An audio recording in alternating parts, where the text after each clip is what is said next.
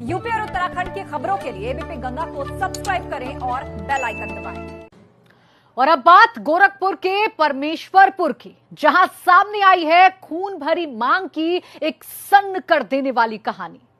एक बहन थी जो भाई के सामने खड़ी होकर अपनी मांग भरने की कोशिश कर रही थी, लेकिन न जाने भाई के सिर पर कौन सा शैतान सवार हुआ जो उसने बेरहमी से अपनी बहन का सिर फावड़े से काट डाला। अपने ही सामने अपनी सगी बहन की मांग को खून से भर दिया और अब पूरी वारदात ने इलाके में फैला दी दहशत की कहानी।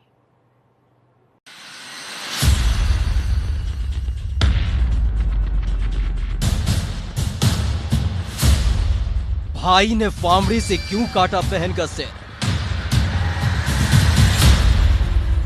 आखिर ऐसा क्या हुआ था जो गोरखपुर के परमेश्वर में एक भाई ने अपनी बहन के सिर को धड़ से अलग कर दिया? क्यों एक भाई ने राखी के बंधन पर फावड़े से प्रहार किया? क्यों एक भाई ने राखी के बंधन पर फावड़े से प्रहार किया? क्यों भाई ने अपनी मासूम बहन को मौत के घाट उतार दिया? क्यों भाई ने बहन की मांग को किया खूनी?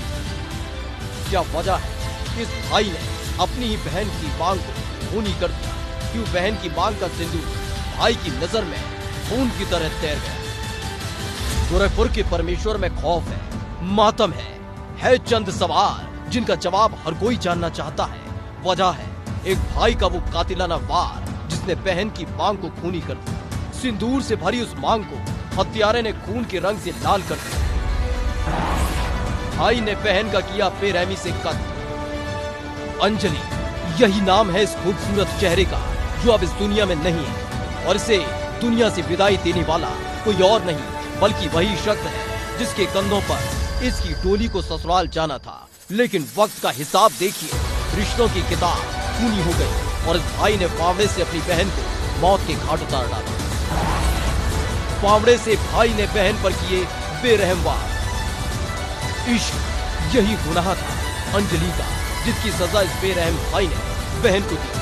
गांव के एक लड़के से बेपनाह मोहब्बत थी इसको, जो भाई को नागवार गुजरी, और फिर सामने आया ये खूनी मंजर।